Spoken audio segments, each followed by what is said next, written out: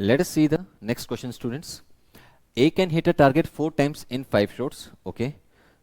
A जो है वो टारगेट को हिट करता है, यानी probability of A hitting the target, probability of A hitting the target, H for hit है, A, ठीक है, हिट द टारगेट कितनी है?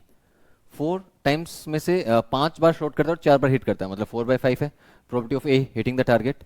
Probability of B hitting the target, 4 बार शॉट करता है और 3 बार हिट करता है, तो 3/4। और probability of C hitting the target, वो 3 बार शूट करता है तो उसमें 2 बार लगती है, तो डेट इज 2/3। अब दे फायर बोलिए, ठीक, okay. What is the probability that at least 2 shot hits?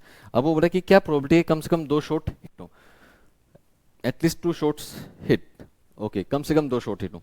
तो मतलब कम से कम 2 शॉट हिट हो, मतलब एक ऐसे कैसे हो सकता है कि तीनों के तीनों हिट कर दें, ऑल 3 हिट, या एग्जैक्टली 2 हिट, यही तो सिचुएशन है, ठीक है।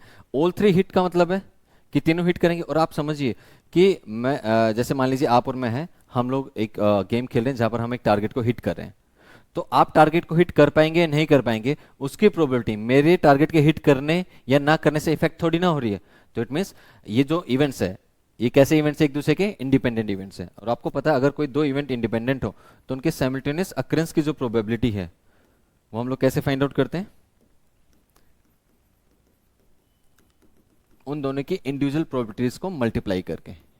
फाइन, चलिए, अब ये तीनों के तीनों हिट कर जाएं तो प्रोबेबिलिटी ऑफ एटलीस्ट 2 हिट्स, तो यहां पर जो 2 केसेस बने इनकी प्रोबेबिलिटीज निकालते हैं, इनको ऐड कर देते हैं। Okay, all 3 hit 4/5 into 3/4 into 2/3, ये कैंसिल, ये कैंसिल, ये कैंसिल, ये कैंसिल, यहां से 2/5। अब इसमें ऐड करते हैं कि एग्जैक्टली 2 हिट। अब एग्जैक्टली 2 हिट कब होंगे? यहां देखिए केसेस बनेंगे, ए हिट करे, बी हिट करे, सी हिट ना करे, नॉट हिट, फिर ए हिट करे, सी हिट करे, बी नॉट हिट, या A not hit, A B hit करे एंड सी हिट करे, यही तो केसेस हो सकते हैं।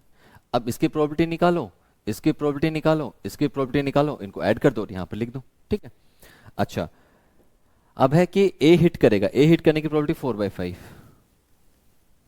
बी हिट करेगा, बी हिट करने की प्रोबेबिलिटी 3/4, सी हिट नहीं करेगा तो ये हिट करने की प्रोबेबिलिटी ऐसी है, नहीं हिट करने की क्या होगी? 1 - 2/3, दैट इज 1 - 2/3।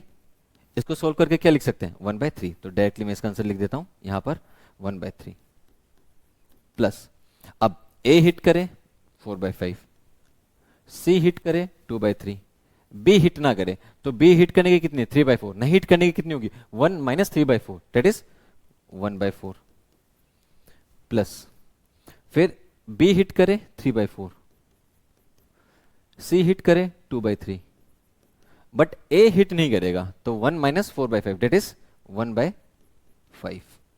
ओके, अब सॉल्व करते हैं। यहां पर कैंसिलेशन हो रहा होगा तो कर देंगे, 3 से 3, ये 5, 4 से 4 कैंसिल, ये 4 से 4 कैंसिल, ठीक है। यहां पर 3 से 3 कैंसिल, ये 2 जा, कितना मिलेगा? यहां पर हम लोगों को मिलेगा 2/5 प्लस इधर से मिलेगा हम लोगों को 1/5 प्लस यहां से मिलेगा 2/15 प्लस यहां से हम लोगों को मिलेगा 1/10। तो इधर से ऐड करने पे यहां 3/5 प्लस 2/15 प्लस 1/10, एलसीएम ले लेते हैं 30। नेक्स्ट स्लाइड पे सोल्व करते हैं इसको। 5 यहां ऊपर नीचे 6 से मल्टीप्लाई करेंगे, 18 प्लस इस वाले पार्ट में ऊपर नीचे 2 से मल्टीप्लाई करेंगे 4, और जो लास्ट वाला पार्ट में ऊपर नीचे 3 से मल्टीप्लाई करेंगे। तो इनको ऐड करेंगे तो यहां पर 22, 22 plus 3 is 25, 25/30, 5/6। So this is your final answer. Thank you, students.